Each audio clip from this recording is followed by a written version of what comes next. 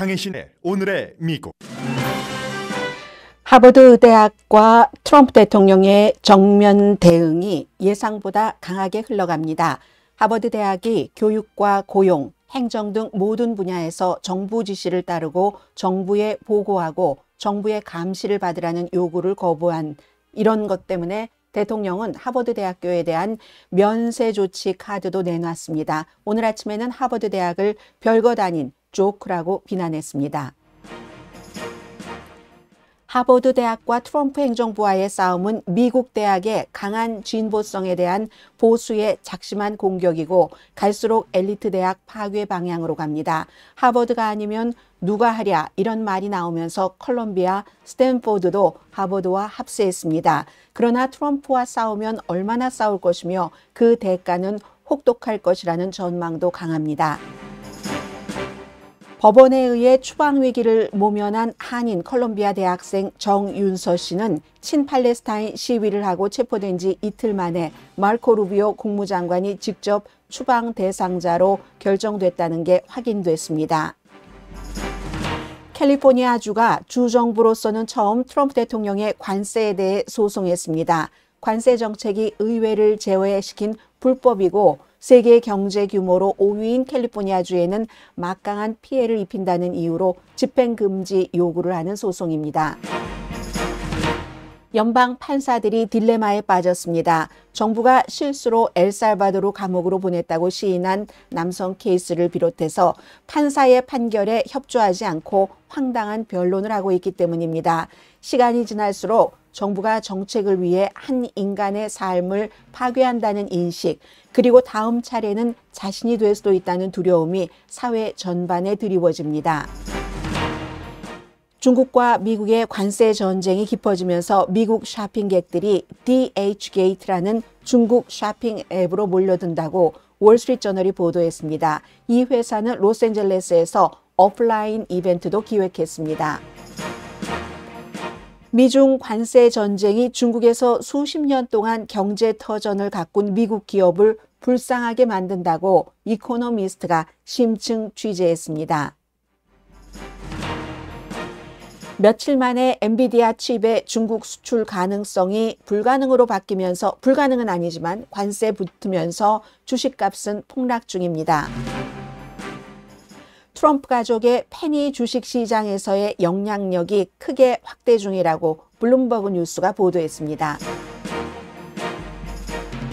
여러분 안녕하십니까? 오늘의 미국 강혜신입니다. 어제 제가 하버드와 트럼프 대통령의 어떤 결투와도 같은 이런 것을 보도해 드릴 때는 많은 매체가 이 내용을 탑으로 다룰까? 탑으로 다루지 않을까? 공통적으로 그런 생각이 있었습니다만은 오늘 아침에는 완전히 이 내용이 그냥 하버드와 트럼프 대통령과의 결투, 싸움, 마치 관세 전쟁처럼 됐거든요. 누가 이기느냐, 여파가 어디까지 가느냐, 너무 막대한 영향력을 끼치는 이슈가 됐습니다. 그리고 오늘 이제 오늘의 미국 맨 앞부분에 왜 그렇게 많은 보수들이 진보적인 아이비리그 대학을 싫어하는가?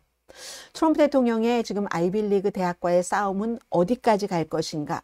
그런 것까지. 레이건 때도 이런 일이 있었습니다. 이 정도는 아니었죠. 방식도 달랐죠. 그래서 이제 그런 점까지 좀 정리를 해드릴 수 있을 것 같습니다. 먼저 오늘 아침에 트럼프 대통령이 얘기한 것부터 전해드리죠. 본인이 직접적으로 얘기를 했습니다. 하버드는 조크야. 별거 아니야. 말하자면 하버드가 세계 모든 나라에서 미국을 포함해서 최고의 대학으로 인정을 하고 있는데 그거 조크야. 이렇게 표현을 했거든요. 그게 바로 이제 이런 내용입니다. 트럼프 대통령이 본인의 소셜미디어에 썼는데 소셜미디어에 쓴 것을 보면 제법 긴 길이지만 뭐 늘 하는 얘기고 어제도 많은 부분 뉴스에서 전해드렸던 내용인데 중간에 이렇게 보면 제가 노란색으로 하이라이트한 부분이 있죠. 그 워크, 깨어있다, 뭐 진보의 정책 같은 것, 정책이라기보다 교육 방향 같은 것에 대해서 보수 내지는 트럼프 대통령 쪽에서 엄청 싫어했었죠. 그런 것을 얘기하죠. 아주 인종적으로 좌파고 바보 같고 여기 또 나오네요. 지난번에 그 같은 공화당의 후보였었던 니키 헤일리에게 얘기했잖아요. 세대갈이라고. 세대갈이 같고 그런 사람들만 하이어를 한다. 하버드 대학교가 돈 많이 주면서. 그래서 아래 내려가면 하버드 is a joke. 별것 아니야. 아주 그 교수들이 학생들에게 헤이트, 미움하고 바보스러움만 가르친다. 그러니까 결국은 맨 마지막에 하이라이트가 연방기금 더 이상 받아서는 안 된다. 이게 이제 트럼프 대통령이 오늘 하버드 대학교와 싸우면서 한 얘기입니다. 그러면 하버드 대학교와 트럼프 대통령과의 지금 부딪힘이 관세 전쟁과 비슷하다라고 말씀을 드렸습니다. 관세 전쟁, 정면 충돌과 비슷합니다. 관세 전쟁에서도 트럼프 대통령에게 아주 그 적극적으로 뭐 대결한다고 할까요? 그런 국가는 지금으로서는 중국밖에 없습니다. 지금 하버드밖에 없습니다. 하버드도 얼마 전까지는 그렇지 않았거든요. 그럼 왜 하버드가 이렇게 될 수밖에 없게 됐는가? 그 점을 이제 오늘 월스트리트저널이 자세히 그 취재를 해서 보도를 했는데요. 지난 주말에 막 전국에 있는 뭐 평의회 이사진들 전부 회의를 해서 만장일치로 우리는 정부의 요구를 도저히 받아들일 수가 없다. 아무리 잃어버리는 게 많아도 여기에 대항할 수밖에 없다는 결론을 내렸다는 기사입니다. 이게 이제 중국이 이길까? 미국이 이길까? 하버드가 이길까? 트럼프가 이길까? 하버드를 포함한 다른 엘리트 대학이 이길까? 트럼프 행정부가 이길까? 우리 생활과는 어떻게 연관이 되지? 늘 자녀를 대학에 보내고 특히 이제 뭐 명문대학, 동부대학에 보내면 애가 대학 가더니 좌파됐어 하는 생각을 하시는 미국 부모님들이 한국 부모님들뿐만이 아니라 엄청 많다는 얘기까지 오늘은 좀 자세히 전해드리겠습니다. 그 아이젠하워 대통령이요, 미국의 대통령이 되기 전에 드와이트 아이젠하워 대통령이 대학교 총장이었습니다. 컬럼비아 대학교 총장이었죠. 그때 이제 뭐 대학교가 너무 이제 연방 정부에 의존을 할 때 이제 기부금 같은 거, 연구비 같은 걸 얘기를 하죠. 그때 정부가 대학을 통제할 수도 있다. 이런 얘기를 했어요. 뭐 이 사람이 물러날 때가 60년대, 61년이었었죠. 그러니까 굉장히 오래전의 얘기예요. 그때 사람들은 에이 말이 돼. 무슨 정부가 대학을 지원할 땐 다 나라 좋자고 하는 일인데 뭐 정부가 그걸 그 대학을 완전히 뭐 통째로 드시려고 한다고 말도 안 돼 했거든요. 그게 지금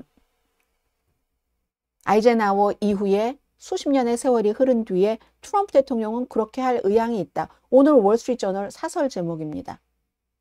그 대학을 통제를 하려고 한다는 거죠. 그리고 아이비리그를 개혁하려는 마가, Make America Great Again. 이 계획이요. 이건 고등교육에서 모든 것들, 뭐 혁신, 뭐 이 경제 성장, 세계에서 미국이란 나라를 어떻게 보는가. 세계에서 다 부러워하는 그런 대학교까지 대통령이 지금 다 주무르려고 하네. 이런 것까지 연관이 되는 거고 이제 막 시작입니다. 그런데 아마 제가 어젯밤에 여러분들께 오늘 아침에 이제 9시에 생방송을 한다는 공지 메일이 아니라 뭐죠? 아무튼 있잖아요. 유튜브 시스템. 그거 이렇게 띄울 때 뭘 봤냐면 이 내용을 봤습니다. 어떤 분께서 이분이 아이디가 어떻게 되나요? 0이라는 아이디를 쓰고 계시네요. 이분은 트럼프 같은 위대한 대통령을 못 알아보는 하버드도 문을 닫아야 할 듯. 어느 나라나 기득권 세력이 문제네. 이런 생각을 하고 있는 마가의 팬들도 많은 겁니다. 어느 나라나 기득권 세력? 여기서의 기득권 세력이라고 하면 대학교에서 좌파 기득권 세력 이렇게 볼 수 있는 거죠. 하버드와 대통령과의 싸움에서 하버드가 대가를 치르게 될 것이다. 대가를 치르게 될 것이다. 자, 이런 기사가 있어요. 하버드가 대가를 치르게 될 것이다. 하버드가 이기기를 바라는 사람들도 많이 있지만 하버드는 결국은 손들고 말 거야. 손들기 전에 엄청나게 손해를 볼 거야. 이런 내용이거든요. 원래 근데 어떻게 이제 하버드가 여기에 대항을 하게 됐는가를 설명해 준 월스트리트저널의 기사예요. 처음에는 좀 약간 그 협조하면서 반유대 이걸 맨 앞에 내세우니까 하버드에서 거기에 따른 여러 조치를 취했습니다. 그래서 콜롬비아 대학보다는 조금 덜한 어떤 그 대통령으로서부터의 채찍 비슷한 것이 다가오는 걸 조금 피했다고 할까요? 그런데 금요일에 받은 편지가 너무나 하버드로서는 충격적이었답니다. 입학시킬 때도 그렇고 누구 교직원이나 교수를 채용할 때 모든 것에 대해서 그 사람들의 이념이 어떤지 연방정부가 그걸 감독을 하도록 허용을 해야지 된다. 그리고 모든 입학, 채용 데이터도 연방정부와 공유를 해야지 된다. 그 같은 정보는 정부의 감사를 받아야지 된다. 그러니까 뭐 하버드 의대 전에 학장이셨어요. 그리고 뭐 이분은 뭐 특히 뭐 DEI 같은 걸 좋아하시는 분이니까요. 다양성, 형평성, 포용성. 그러니까 이렇게 얘기하실 수도 있기도 하고요. 제프리 플라이어 전 학장입니다. 의대. 이건 이 같은 요구는 하버드 대학교와 정부가 뭘 좀 교육이 요즘 너무 좌측으로 갔으니까 개혁해보자 하는 그런 게 아니라 더 가까이 서로 만나기 위해서가 아니라 이건 우리 깨고 말자. 이혼하자. 다 불태워버리고 하버드건 뭐건 컬럼비아건 다 불태워버리고 다시 재건해야지 된다. 이런 얘기라고 보고 있습니다. 실제로 그럴 가능성이 있죠. 이게 이제 뭐 티파리 같은데 뭐 프리덤 코커스 같은 데가 지금 정부 많은 것들이 마음에 안 드니까 다 깨부수고 다시 하자. 그래서 2015년도에 프리덤 코커스 하원에 너무너무 하원 공화당의 지도부의 말도 듣지 않는 프리덤 코커스가 트럼프를 지지했었던 이유가 그냥 워싱턴에서 일해본 적이 없는 사람이니까 다 깨고 우리가 원하는 식으로 다시 짓자 했던 거잖아요. 지금 엘리트 교육기관을 다 부수고 다시 짓자는 얘기다. 그래서 하버드가 도저히 수용할 수 없는 수준이기 때문에 어쩔 수 없이 이건 정부에 대항을 할 수밖에 없었다. 이런 얘기입니다. 그래서 전국에 있는 뭐 이사들 이런 사람들 다 주말에 뭐 줌 같은 것으로 만났겠죠. 변호사도 마찬가지고요. 만장일치로 대항이다. 이렇게 만장일치였대요. 그 초안을 하버드 대학교를 변호를 하는 변호사, 한인, 로버트 허 변호사를 포함해서 변호사가 초안을 작성하고 다들 승인을 하고 하버드 대학 총장도 승인을 하고 해서 낸 거죠. 그런데 이 같은 하버드의 조치에 대해서도 앨리스 스테파닉, 뉴욕이 지역구인 연방 하원 의원입니다. 최근까지 뭐 유엔 대사가 되려나 하고 막 큰 꿈을 꾸고 있다가 결국은 하원 의석 때문에 대통령이 그 대사 아니야. 그냥 하원에 있어 한. 그 스테파닉이 뉴욕이 지역구이기도 하고 하버드 출신입니다. 아예 이건 아니지. 유대인 학생들을 보호하기 위해서 아무런 조치도 취하지 않았잖아. 이렇게 답변을 나왔고요. 하버드의 앨런 가버 하버드 총장은 어제도 말씀을 드렸지만 일부 반유대주의 퇴치가 정부의 목표이긴 하지만 대부분은 하버드의 지적 환경에 대해서 정부가 직접적으로 관여를 하고 규제를 하겠다는 거다라는 것을 강조를 합니다. 트럼프 즉 보수 엘리트 교육기관에 대한 불만. 이제 하버드는 다른 학교의 지원, 우리와 합세해 주세요 하는 것을 바라게 됐습니다. 그리고 실제로 MIT, 프린스턴, 또 스탠포드도 그런 것 같고요. 뭐 어제 에너지부 소송했잖아요. 왜냐하면 많은 원래 주기로 했었던 약속하고 계약까지 맺어서 학교에선 거기에 따른 여러 가지 과정을 해왔을 것 아니에요. 그거 다 없어지게 되는 여기에 대해서 소송을 하면서 하버드 대학교 총장을 지지했고 컬럼비아 대학도 어쩔 수 없이 어느 대학보다도 먼저 트럼프 대통령과 손을 잡으려고 했었는데 결국은 컬럼비아 대학교의 새로운 총장도 하버드에 합류를 했습니다. 자, 지금부터 이제 미국의 엘리트 대학 교육기관 보수에서는 왜 이렇게 트럼프 대통령이 완전히 그 해머를 들고 대학교로 와서 저항하는 그 팻말을 지금 다 부수고 있죠. 현재까지 이기고 있다는 겁니다. 밖에서 지금 바라보고 있는 사람들이 있죠. 막 놀라서 바라보잖아요. 교직원처럼 보입니다. 이걸 비밀리에 하는 것도 아니고 아주 공개적으로 부수고 있습니다. 그리고 많은 사람들은 지금까지는 트럼프 대통령이 엘리트 대학을 공격하면서 이기고 있다고 말하고 있습니다. 하버드가 일단 정부와 싸우겠다고 얘기를 했지만 스탠포드, 예일대학교 전부 하버드 대학교의 투쟁이라는 표현을 하더군요. 이젠 이 하버드 대학교의 투쟁을 지지한다. 뭐 이런 데 전부 이제 사인도 했어요. 하버드 대학교 이미 22억 달러 이상 지원금 중단됐고 대학교에 특별히 되는 그런 면세 조치도 이거 안 할 수도 그 밖에도 대통령이 쓸 수 있는 카드는 아주 많습니다.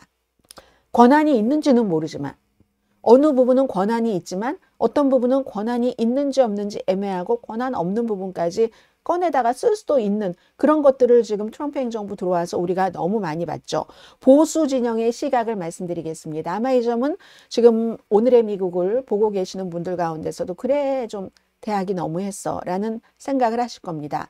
트럼프 지지자들은 보수 엘리트 대학들이 그냥 너무했어가 아니라 너무 많은 죄를 저질렀다고 봅니다. 좌파 사상을 퍼뜨리고 뭐 사람들을 막 다 교육시키려고 말이야. 뭐 PC, 워크 해서 각성 이렇게 그렇게 보고 있죠. 다양성, 형평성, 포용성. 이건 다른 다수를 위협하는 거잖아. 그 다른 다수가 누구예요? 백인이잖아요. 다양성, 형평성, 포용성은 여자, 소수인종, 코리안 아메리칸과 같은 그리고 성소수자 이런 사람들도 피해보지 않게 하자 하는 건데 그럼으로써 백인 다수가 피해를 본다는 시각이잖아요. 백인을 차별한다고 얘기를 하죠. 또 반유대주의를 방치한다. 그래서 트럼프 대통령의 임기가 시작되기 전부터 보수에서는 트럼프 대통령이 재선되면 뭐 헤리티지 재단에서 여기서 저기서 이렇게 해야 돼. 깨 부숴야 돼. 하고 계획을 했고 거기에 앞장서는 사람도 있습니다. 캘리포니아 출신의 한 사람이에요. 그런데 보수가 아주 오래전부터 레이건 그 이전부터도 아우 대학이 너무 리버럴해 하는 불만은 있었지만 그래도 대학이 세상을 바꾸지 미국을 이끌지 그런 연구 분야에서 특히 고등교육에서 그런 믿음으로 좀 원칙은 존중을 했습니다. 또 많은 대학교의 연구자들이 외국인입니다. 미국에 유학 와서 공부했다가 이제 뭐 미국 시민권도 받고 뭐 이런 사람들도 있고 그냥 미국에 영주하면서 연구하는 그런 사람들도 있습니다. 근데 그런 사람들이 연구하고 하는 것이 미국에 이로우니까 여기까지 왔던 거죠. 그런 것들이죠.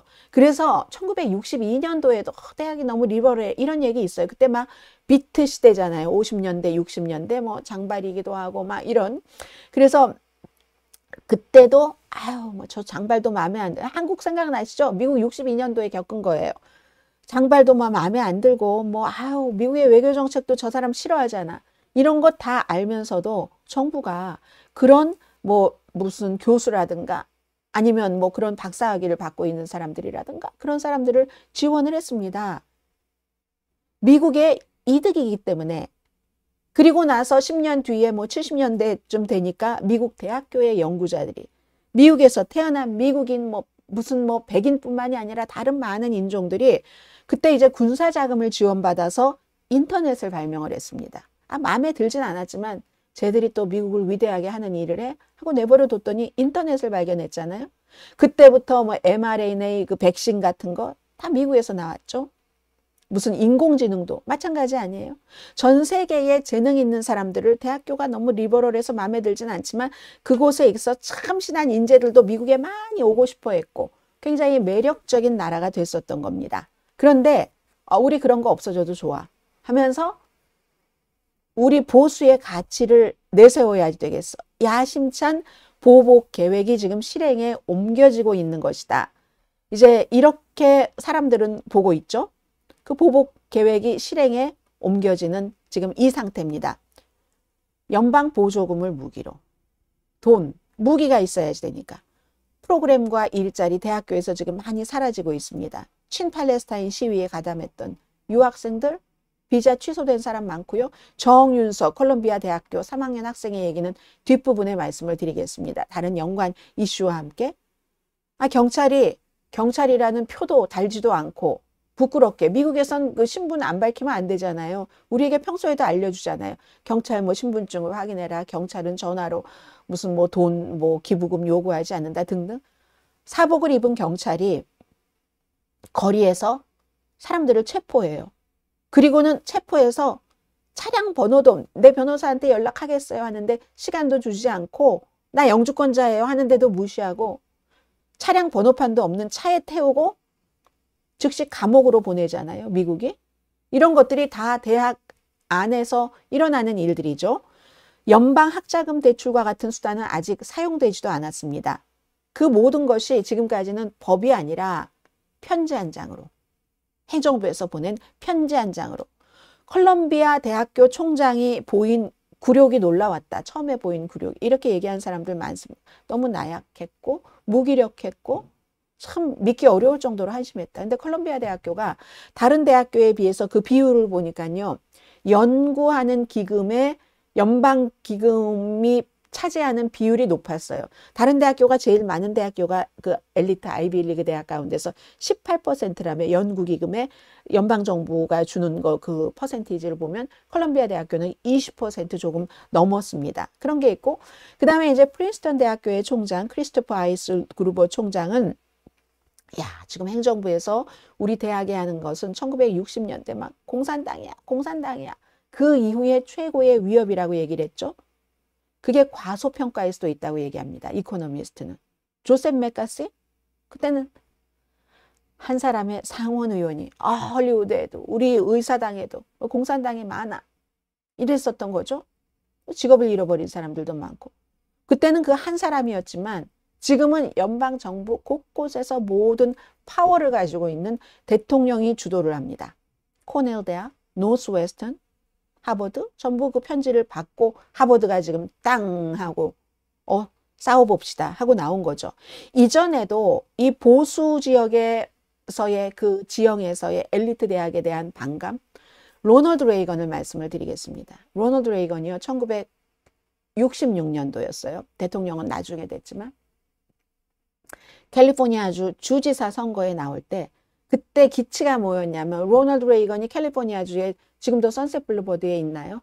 요즘 그쪽을 안 가서 모르겠는데 스크린 길드 뭐 배우협회 회장하고 했잖아요. 내세운 게 뭐였냐면 내가 저 UC 버클리 여기서 UC 버클리가 가장 좌파라고 볼 수 있죠. 우파에서 볼 때 UC 버클리를 그 난장판 UC 버클리를 내가 그냥 아주 그 메스업된 거를 깨끗하게 고쳐놓겠어. 비트족, 급진주의자, 사실은 비트족 이런 데서 다 스티브 잡스의 그런 뭐 이런 것 여러 가지들이 나온 건데 근데 비트족, 급진주의 좌파, 추잡한 언론 자유를 얘기하는 그런 사람들 내가 다 몰아내겠어. 했죠? 그리고 됐죠. 그 결과가 어떻게 됐는가? 어딘가 그 상아탑 안에 정치에서의 파워가 들어왔었을 때 그리고 그게 오래 이어졌어요. 적대감이 깊어졌습니다. 저항이 너무 강해졌어요. 그래서 교육이 미국 정치에서 완전히 그 분열이 돼가지고 대학 졸업자일수록 지금까지 이어져 오고 있잖아요. 그게 민주당을 지지할 확률이 높아지고 이제 보수 쪽에서는 저것들이 말이야 이념적으로 저래서 지들끼리끼리 말이야 잘난 척하고 엘리트라고 하는 이 거부감만 점점 깊어지는 거예요. 공화당 쪽에서는. 그러니까 예를 들어 로널드 레이건 그 주지사가 막 이렇게 내가 정리하겠어 하고 이쪽에서 보면 억압이고 이쪽에서 보면 정리하는 것이고 그 시대를 살았던 사람들이 컸잖아요. 그때 대학을 다니고 고등학교 다니고 한 사람들이 커서 80년대, 90년대 대학 교수들도 되는 겁니다.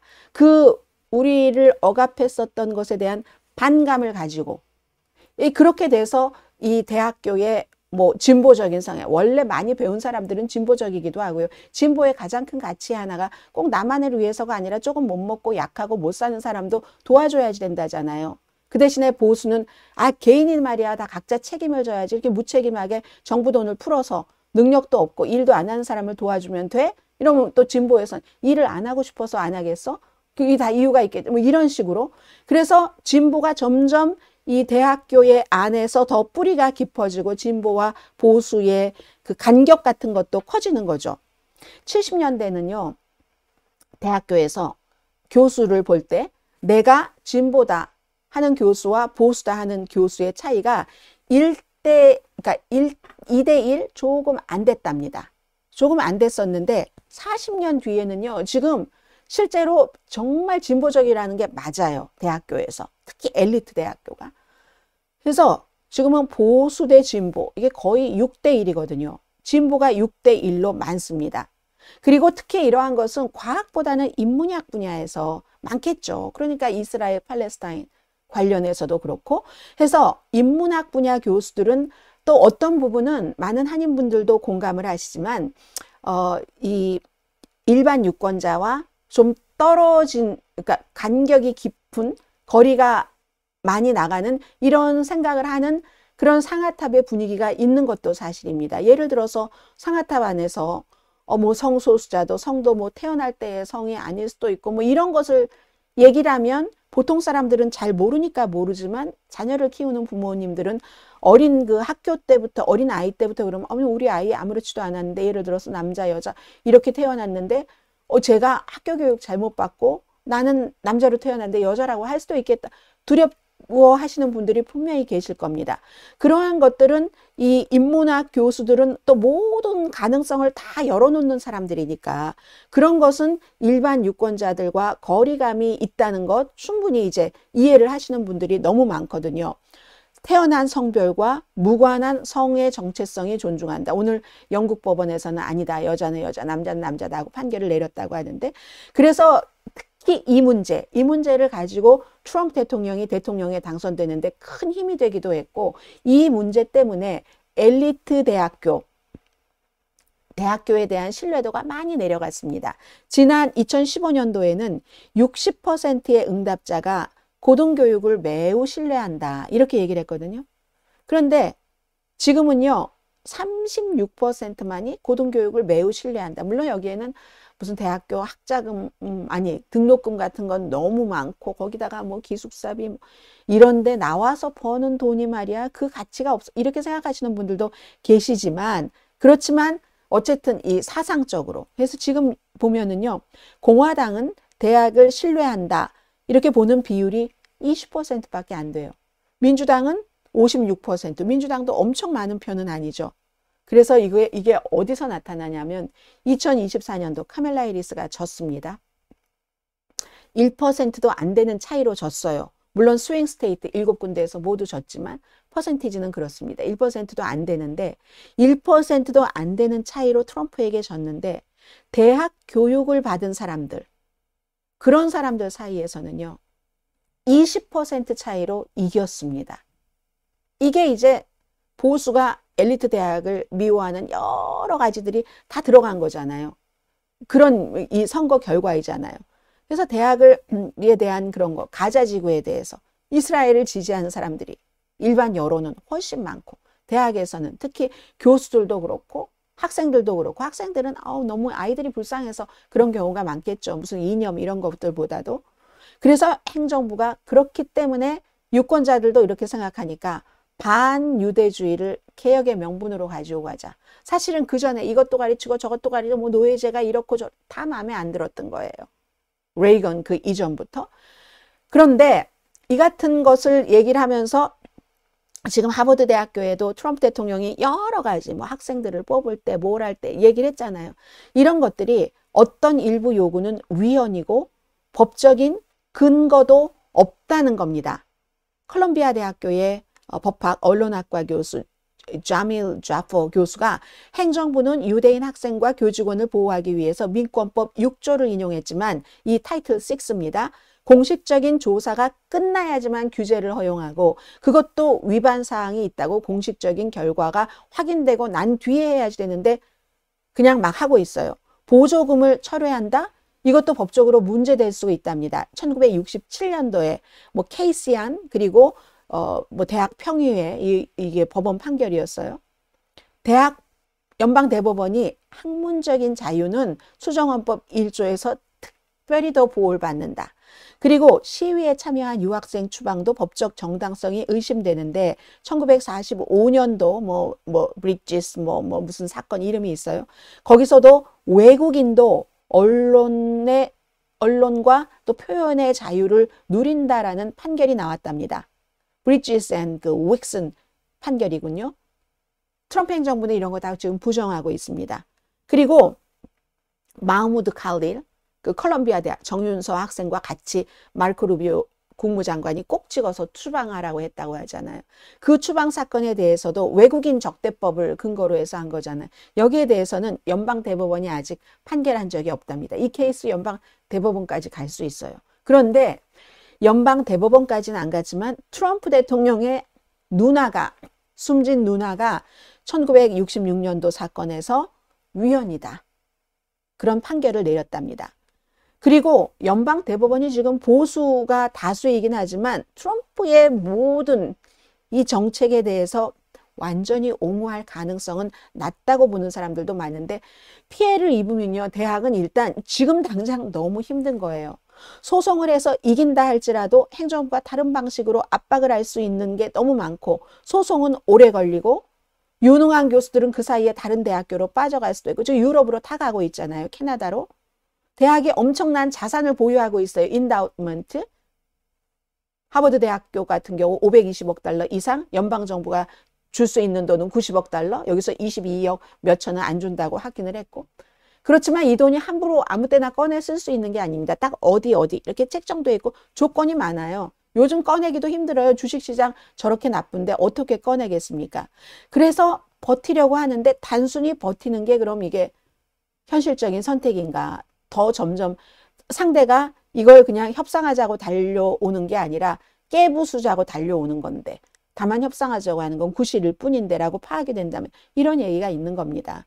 그래서 이런 편지를 받지 않은 대학까지 알아서 기고 있죠. UCLA, DEI 없애고 University of Michigan 여기도 역시 없애고 있고 그렇게 돼서 학교를 웨슬리안 대학교는 아직 편지 안 받은 것 같아요. 총장이 우리는 뭐 살아남을 수는 있겠지만 권위주의의 바다에 살고 있다. 이게 지금 대학 총장이 하는 얘기입니다.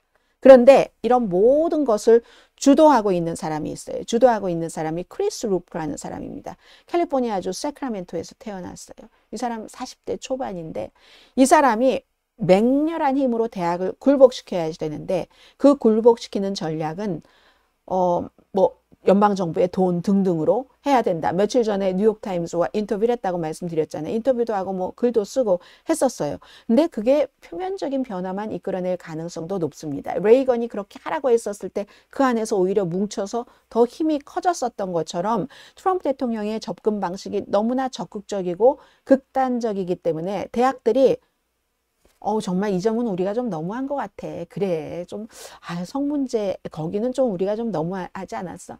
우리도 다시 한번 시간을 갖고 냉정하게 생각을 해보자 할 정도의 시간도 주지 않는다는 겁니다. 진지하게 우러나서 진정성으로 어떤 방향을 수정할 수 있는 기회를 주지 않는다. 그리고, 아니, 인문학 분야에서 대학이, 엘리트 대학이 굉장히 뭐, 진보적이었던 거 사실이지만, 근데 왜 그 벌을 연구 분야, 과학 분야에 주냐고요.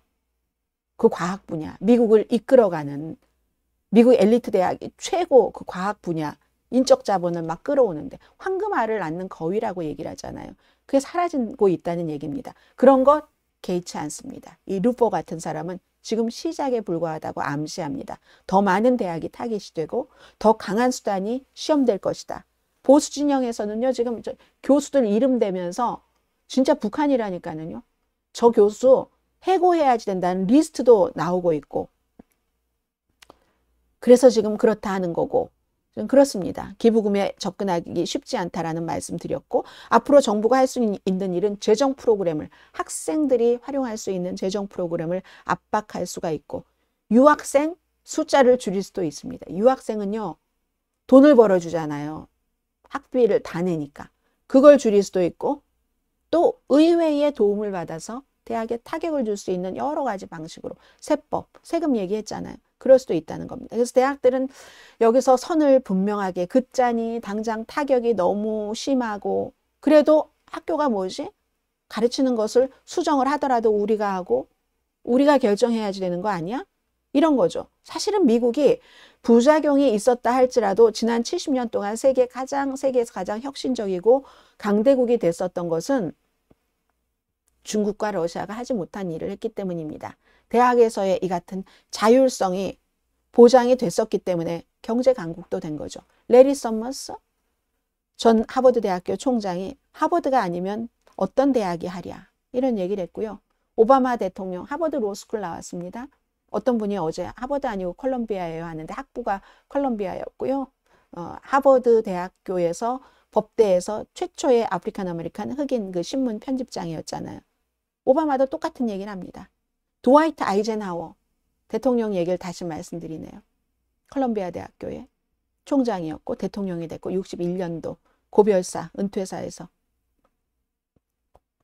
자유로운 대학이 자유로운 사상과 과학 발견의 원천이다. 그게 결국은 나라를 이끌어가는 힘이다. 그런데 아마 오늘보다 내일 더 트럼프 대통령과 하버드, 트럼프 대통령과 엘리트, 아이비리그 대학의 싸움은 커질 것 같고 이게 어느 방향으로 갈지는 또 아무도 알 수 없을 것 같습니다.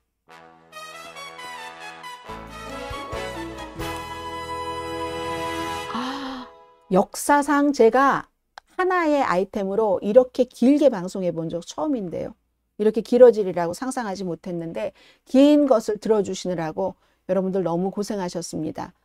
자, 오늘의 미국 지금 생방송으로 참여하고 계시는 분들이 굉장히 많습니다. 지금 돈으로 반대 세력 숨통을 끊는 것은 한국의 어떤 특정 정당의 수법인데 트럼프 대통령도 마찬가지네요. 이런 얘기를 했고 성 정체성에 대해서는 지극히 개인적인 이슈고 이것에 대해서 헌법을 따라야 하는 정부가 제재하는 것은 이슬람의 샤리아법 같은 악법처럼 될까봐 우려하는 거죠. 이것으로 트럼프가 이용해서 대통령이 된 것이고 빛나라 하시는 분 오늘 처음 댓글 써주신 것 같은데 그런 얘기를 하네요.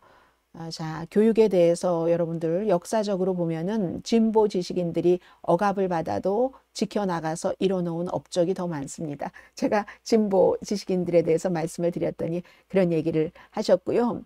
지식인들이 진정으로 약자와 국민 복지를 위해 주장하는 것은 무조건 이걸 반대하는 것은 후퇴하는 거죠. 이런 얘기를 해줬습니다.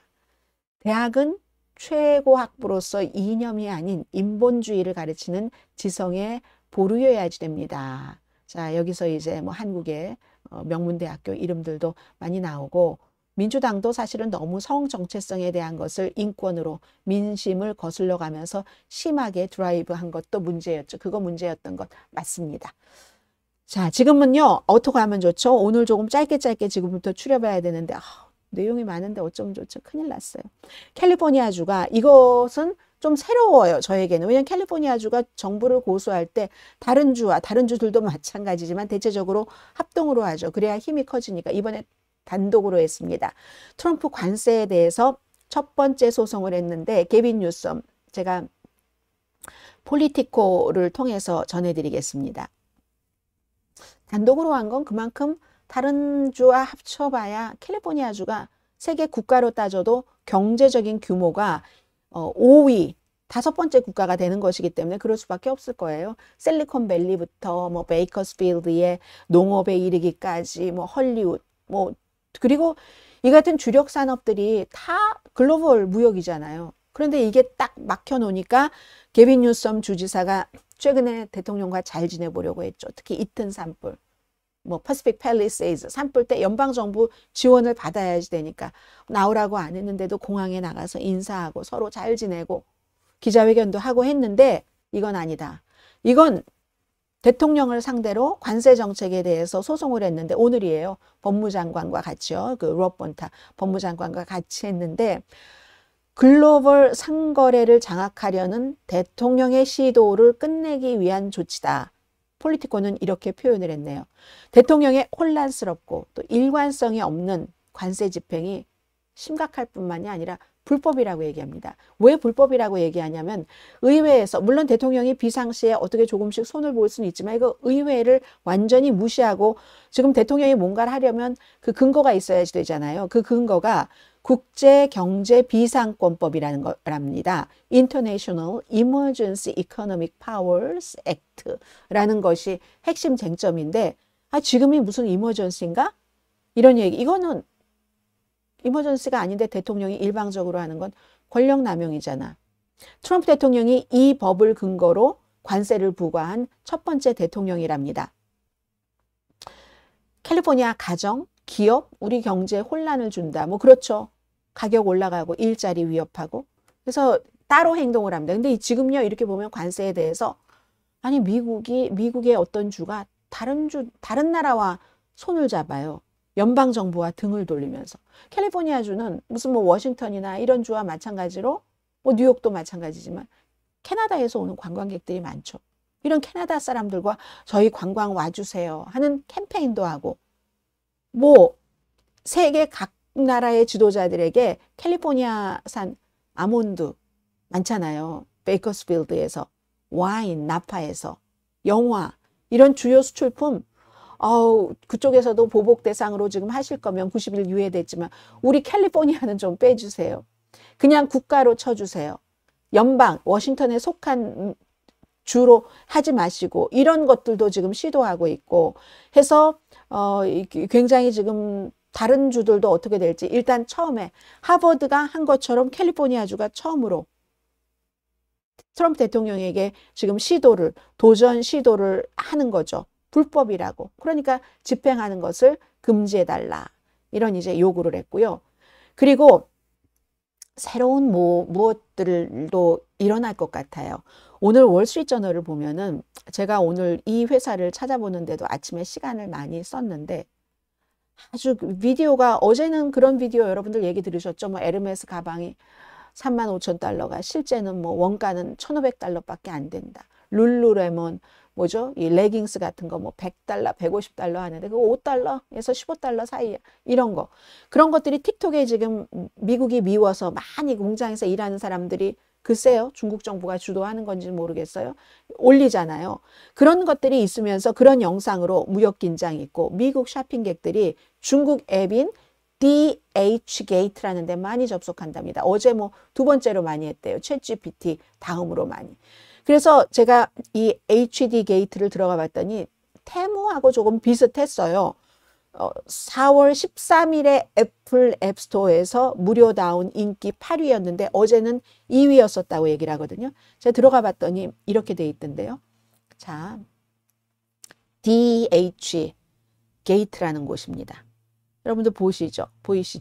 dhgate.com에서 왼편에 보면은 뭐 맨 위에 애완동물 용품이 나오네요. 그 다음에 신발, 액세서리, 의류, 가방, 홈앤가든, 셀폰, 그리고 전자제품, 스포츠, 그 헬스 앤 뷰티, 토이 앤 기프트, 또 주얼리도 있고 웨딩, 뭐 헤어 스타일링 등등 너무 많잖아요. 이렇게 해서 오른편으로 이렇게 쭉 가면 뭐도 있고 세일도 있고 오른편에 오면은 여기 이렇게 보면은 LA 비즈니스 파리라는 게 있잖아요. LA 비즈니스 파리. 그래서 제가 LA 비즈니스 파리를 다시 한번 찍어봤어요. 그랬더니 이게 이제 온라인에서 오프라인까지 오는 거예요. 로스앤젤레스 4월 23일 10시부터 2시까지 그리고 2시부터 9시까지 조인 나우에서 이 조인 나우를 클릭하면은 어떻게 이게 될 수 있는가. 이것으로 인해서 이제 또 새로운 상권이 형성될지 알 수 없는 거죠. 이렇게 베이징에 기반을 두고 있고 국경을 넘나드는 그 온라인 플랫폼입니다. 해서 세계에서 유명 브랜드들이 중국 공장에서 물건을 만들잖아요. 그런 공장에서 만드는 물건들을 이 회사는 말하자면 도매, 소매를 다 뭐 이렇게 작은 회사들을 어디에 연결시켜 주기도 하고 2004년도에 여성이 만든 그 회사라는데 지금 갑자기 그냥 미국에서 확 올라선 거예요. 중국의 소규모 기업하고 해외 기업을 막 연결시켜주고 개인도 연결시켜주고 했었던 거거든요.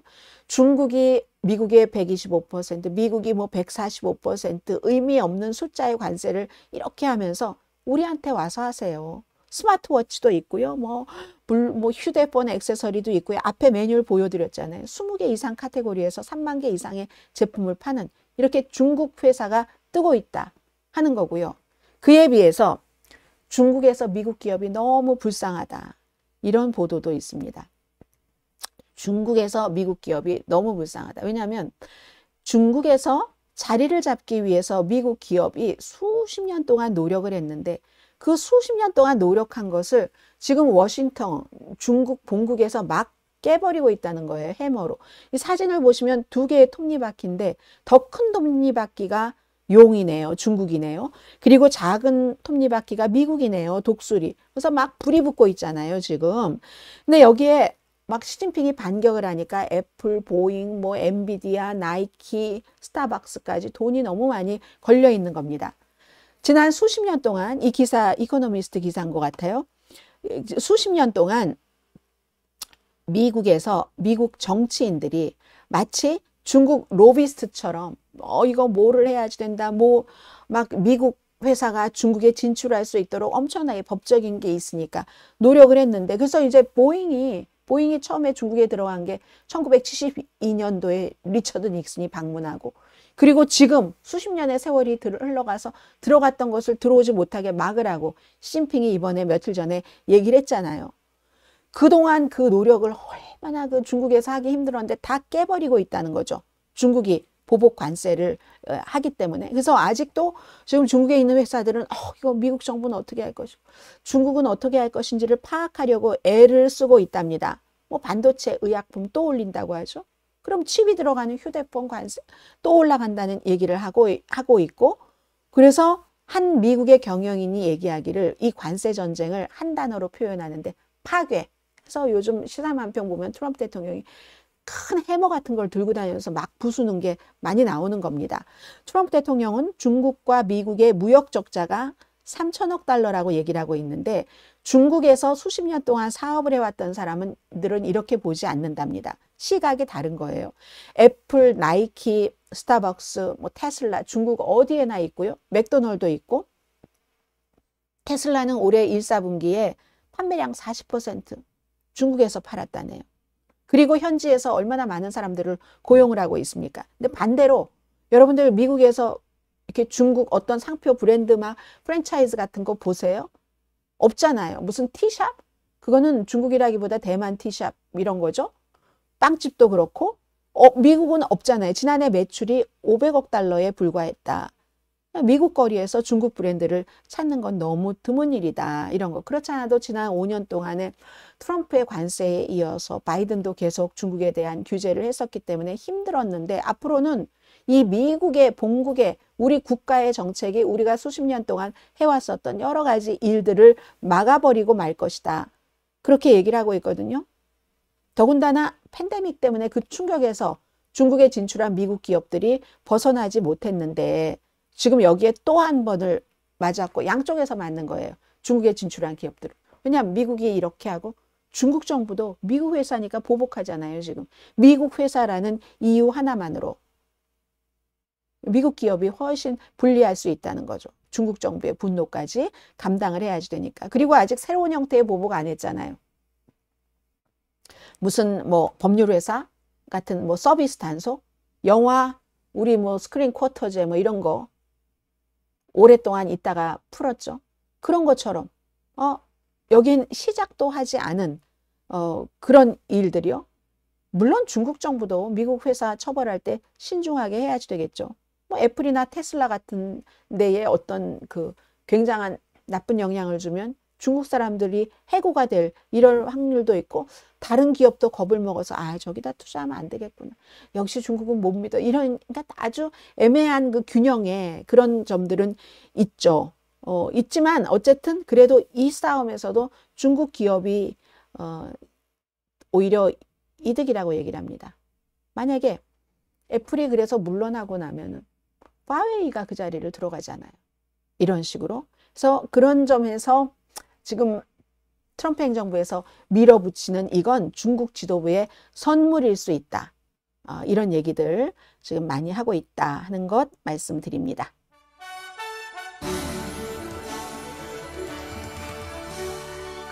시간이 많이 흘러서 지금부터 정말 짧게요.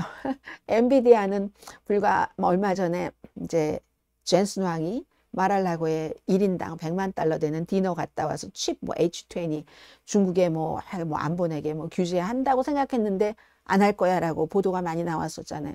그거 한다. 어제 오후에 얘기를 하고 나서 장 끝난 뒤에 막 무너지더니 지금도 엔비디아 주식값 내려가고 있더군요. 엔비디아가 내려가면 나스닥 같이 이제 주저앉고 있는 거잖아요. 그리고 마조리 테일러 그린이라는 그 조지아가 지역구인 이 연방 하원 의원은 트럼프 대통령이 관세 유예할 거야. 그날과 그 전날, 어제는 제가 몇만 달러라고 말씀드렸잖아요. 최소한 몇만 달러에서 몇십만 달러 주식을 샀답니다. 차액을 사서 뭐 이득을 봤다는 얘기겠죠. 해서 이제 여기에 대한 조사 들어가야지 된다라는 얘기 나오고, 어제 마조리 테일러 그린이 뭐 타운홀 미팅 하는데 누군가가 해클링을 몇 명이 했다고 하던가, 몇 명이 해서 뭐 테이저송 총도 쐈다는 것 같아요. 요즘 공화당 의원들이 타운홀 미팅 하면은 아주 그 고운 반응만을 받지는 못하다는 거 전해드리고, 그리고 이 내용은 블룸버그 뉴스입니다. 블룸버그 뉴스에 저는 처음에 그냥 얼핏 보기에 이제 오른편이 먼저 보였어요. 오른편이 먼저 보여서 트럼프 대통령의 아들이니까 뭐 이거 그동안 캠페인 내내 다녔던 그 여자친구도 아니고 첫 번째 부인도 아니네. 보니까 라라 트럼프잖아요. 둘째 아들의 와이프, 첫째 아들과 둘째 아들의 와이프 해서 트럼프 패밀리가 페니 주식 월드에 깊이 들어가고 있다 하는, 사실은 많은 사람들이 알고 있는 내용인 거예요. 이번에는 우파 기독교 라디오 네트워킹 세일럼이라는 미디어 지분을 이 두 사람이 투자를 했답니다. 그랬더니 갑자기 주식값이 283%가 뛰었어요. 이러다가 폭삭도 내려가죠. 아는 사람들만 거기서 이득을 취하는 경우가 많죠. 283%? 페니 주식이라고 말씀을 드렸잖아요. 뭐 얼마 되지도 않는데 겨우 $1 넘고 이런 그런 식이죠. 그래서 트럼프 가족은 불투명하고 요주의 이런 게 요구되는 시장에 본격적으로 뛰어들었다. 이 네트워크가요, 그냥 우파 기독교 라디오 네트워크라고 하지만 2020년도 그 대통령 선거에 대해서 사기다 하는 음모론 영화를 유포한 그런 매체거든요. 그래서 나중에 사람들한테 사과도 하고 했어요. 음모론이었다는 게 드러났기 때문에. 근데 이 세일럼이 트럼프 주니어가 공동으로 소유한 그 모바일 뉴스 집계 앱의 지분을 30%를 인수했고 그리고 아무튼 복잡한 얘기를 우리가 알 필요가 뭐가 있겠어요. 그리고는 이제 막 이러면서 홍보에 나서는 겁니다. 에릭 트럼프의 아내 라라 트럼프, 시아버지가 전국 공산당위원회래요. 전국 공화당위원회 공동의장으로 했잖아요.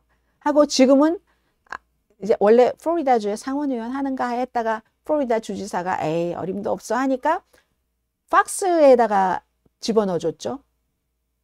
팍스의 주말 프라임타임 쇼에서 거기서 온갖 장관들 다 등장해요. 이 에릭 트럼프도 마찬가지입니다. 에릭 트럼프도 장관들 본인의 그 팟캐스트 프로그램에 등장을 해요. 그래서 이제 럼블이 또 그러면 이제 활성화되고 이러죠.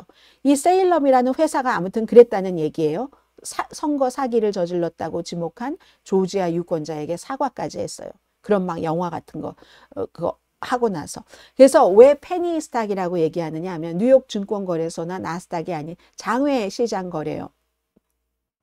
그 OTC 마켓에서 거래하는 세일럼의 주가가 지난 1년간 평균 38센트였대요. 38센트. $1도 안 돼. 그러다가 갑자기 일론 머스크 일론 머스크 아들이 아니라 트럼프의 아들이 오고 이런 283%가 뛰어오르고 이런 거죠. 익숙해진 패턴입니다. 이 가족들이 소규모 페니 주식을 갖고 있다던가 비트코인 채굴하는 사업을 한다던가 대통령과 대통령 당선자와 퍼스트 레이디 퓨처 며칠 뒤에 퍼스트 레이디가 그 하루 뒤에 월요일 날 선서하면 일요일 날 코인을 만든다던가 대통령도 마찬가지로 이런 식으로 월드 리버티 파이낸셜이라는 암호화폐 회사까지 만들었잖아요. 트럼프 가족이 회사 지분 60%를 갖고 있고 이거 이해 충돌 얘기 안 해요. 트럼프가 하기 때문에. 다른 사람이 이래봐요. 어림도 없죠. 비트코인 채굴 사업 에릭 트럼프와 도널드 트럼프 주니어 아메리칸 비트코인이라는 데죠. 이 형제가 지분 20%를 갖고 있습니다.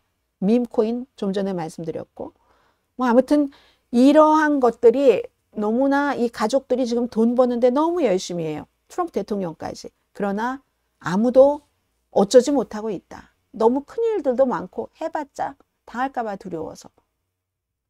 그래서 아무 말도 못하는 사람들도 많다는 얘기입니다.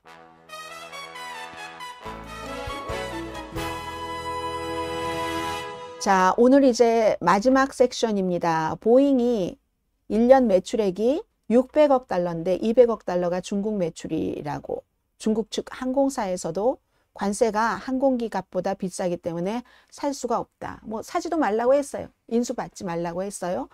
그런 얘기도 써주시고 아름드리 선생님은 제가 보기에는 이 관세에 대해서 얘기해 주시는 것 같아요. 미국이 매우 불리하게 보이네요. 보세요. 미국 조건이 최악이잖아요. 그리고 김영 선생님은 트럼프는 자신의 패도 안 보고 무조건 이길 것이라고 자르고 있는 중입니다. 자, 이런 얘기를 해주셨고요. 채령 선생님.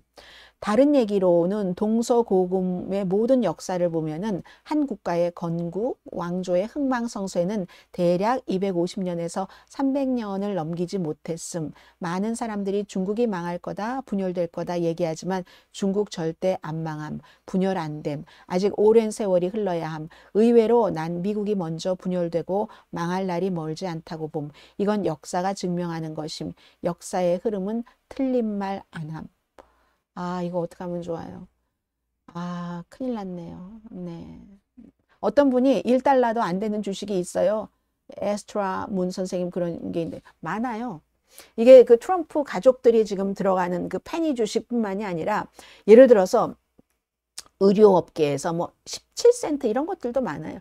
의료업계에서 뭔가를 이렇게 열심히 해요. 하는데 아직은 뭔가가 확 뜨지 않았어요. 이런 것은 이제 그러다가 아무리 사시면 뭐합니까? 사셔서 돈을 못 버는 경우가 훨씬 더 많죠.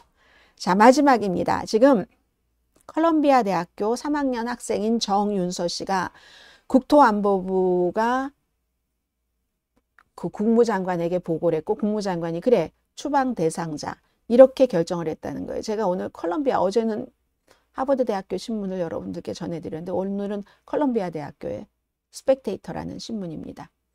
이 신문에 이렇게 보시면 신문이 보도한 것을 요즘 지금 많은 매체들이 인용을 해서 보도를 하던데 사실은 저도 그걸 놓쳤었는데 AP통신이 지난주에 보도를 했었대요. 처음에는 이름 같은 건 다 가렸었기 때문에 몰랐는데 지금 그게 분명히 드러난 거거든요.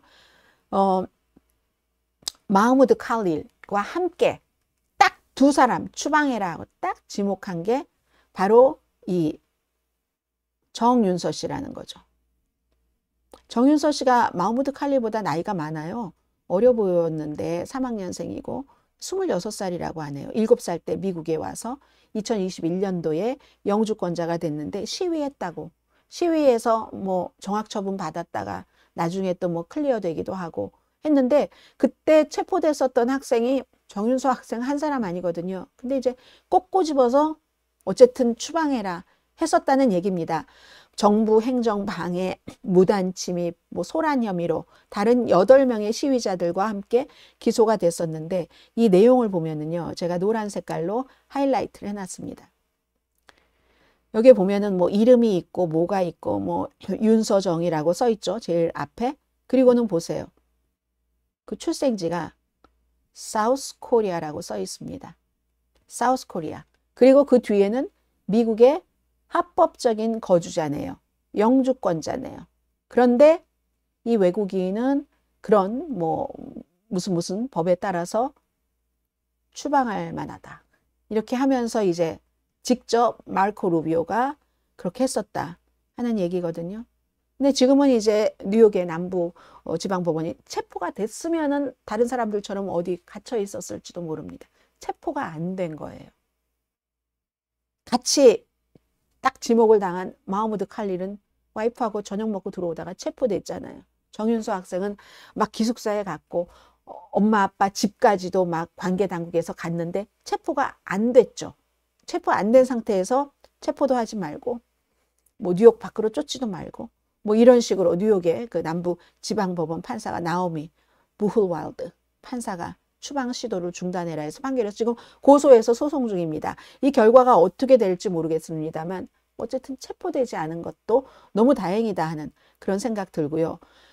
이보다 훨씬 큰 뉴스는 사실 이 뉴스죠. 이것은 한 사람 개인의 인생도 인생이지만 누구든지 다 이런 일을 당할 수도 있고 연방 판사에게는 딜레마가 되는 거고 그리고 야, 미국이 이렇게 어떤 그 대통령의 또 정부의 정책을 집행하기 위해서는 한 사람의 인생을 완전히 망가뜨려도 눈 하나 깜짝하지 않는 나라였던가? 민주주의의 최고봉하면 인권 이런 얘기들을 우리가 하고 있잖아요. 이제 그 얘기입니다. 어제 이제 어떤 일이 있었냐면 이 맨 왼편에는 엘살바도르의 대통령이고요. 엘살바도르 대통령은 뭐 8만 5천 명 가뒀는데 1,000명만 뭔가 뭐 법을 위반한 게 있었다. 이게 문제가 아니에요. 이 사람이요. 국회에 군인 들여보낸 사람이에요. 국회에 군인을 들여보내고 본인이 또 그 국회의사당으로 쭉 가서 딱 거기 앉아요. 뭐 국회 말하자면 아무튼 그 자리에, 최고 자리에 앉아서 이거 내가 원하는 거 안 해주면은 다음에 보자 하고는 군인 데리고 싹 나갔던 사람이에요. 이 사람이. 물론 갱을 많이 잡았다 해서 지지도는 높습니다. 가운데가 뭐 갱단도 아니고 연방정부에서 이 사람 엘살바도르 가면 큰일 나니까 미국에 있어라고 판사가 판결을 했는데도 실수로 보냈다고 인정을 했잖아요. 그리고는 돌려오라 그러면 오른편에 있는 트럼프 대통령이 아이 뭐 저쪽에서 보내준다면 그 이쪽에서 아니 테러리스트를 내가 미국에 보내기를 미국 사람들이 원해? 이렇게 얘기를 하고 있잖아요. 국적은 엘살바도르입니다. 연방 판사가 어제 뭐라고 하냐면 하급 법원에서 이 사람 보내지 말라고 했는데 보낸 그런 것에 대한 어떤 성실한 답변, 그리고 연방 대법원에서도 데리고 오는 게 맞다. 하급 법원의 판결이 맞다라고 얘기하는, 여기에 대해서 뭔가 일을 해라 하는데 아무것도 하지 않았다. 아무것도 하지 않았다면서 현 시점에서는 법정 모독죄로 판단을 할지 하지 않을지 결정하지 않겠지만 앞으로 판결을 내릴 것이다라고 얘기를 했고, 좀 성의껏 답변을 해라. 왜 아무것도 안 하고 있느냐 했더니 정부 측 변호사가 뭐라고 얘기하냐면 저 사람이요 무슨 가르시아예요. 가르시아가요 항구에 나타나거나 뭐 비행장에 나타나면 우리가 미국으로 들어오는 거 안 막을게요. 아니 엘살바도르의 테러리즘 감옥에 갇혀 있는데, 그리고 미국 대통령과 엘살바도르 대통령이 전혀 풀어줄 그런 것이 없다는데 어떻게 그 사람이 한국까지 걸어옵니까? 그럼 왜 이 두 사람은 왜 이러나? 한 사람은 돈 받고 트럼프 대통령과 동맹을 맺는 거고, 트럼프 대통령은 거봐 우리가 저렇게 말이야 백인 아니잖아. 그리고 뭐 깽단이든 아니든 깽단이라고 막 우기면서 이렇게 강력하게 대처하고 있어 하고 지금 활용하는 것이고, 그래서 판사가 정부가 4월 23일까지 여러 사람을 이렇게 소환을 했어요. 증인으로 소환을 했습니다. 그리고 보여주기 식으로 말하자면 꼼수 부리지 말아라 이거예요. 화났다는 얘기죠. 이번에요 휴가 가지 마세요. 다른 약속도 다 취소하십시오. 다른 때는 우리가 형편에 맞게 융통성 있게 이런 재판 과정을 이끌어가지만 이번엔 아닙니다. 휴가 가지 마세요. 4월 23일까지 뭐 제대로 된 답변을 가지고 오세요. 이렇게 얘기하는데 그 사람이 항구나 비행장에 등장하면 우리가 다시 쫓지 않겠습니다. 이렇게 말하니까 판사들이 너무 황당한 거예요. 이런 일을 겪어보지 않았기 때문에. 그리고 와이프는 어제 얘기하더군요. 부활절, 이번이 이스터잖아요. 지난주에 그런 기도 같은 거 이끌었어야 되는데 간청합니다. 트럼프 행정부와 부켈레, 엘살바도르 대통령 행정부에. 내 남편 생명을 정치적 게임에 이용하지 마세요. 우리 가족은 이 두려운 시기에 이렇게 돼 있고 아이들이 아빠 너무 보고 싶어 합니다. 근데 여기서 제일 중요한 건 이 사람 한 사람, 사람들이 엘살바도르인이고 이렇게 생각할 수 있지만 이게 이 사람의 꼭 그게 아니라니까요. 한 사람의 인간을 파괴할 수도 있다는 킬마르 아브레고 가르시아입니다. 부모가 미국으로 보냈어요. 불법으로. 16살 때. 동네 갱단이 얘 납치할 거야. 그리고 이 가르시아 여동생들 우리가 다 성폭행 해버리겠어. 이렇게 위협하니까 아들 너는 살아라 하고 보냈거든요. 미국에 와서 8년 되는데 홈디포에서 일자리 구하려고 이렇게 서 있다가 그냥 경찰이 와서 3사람을 체포해 갔어요.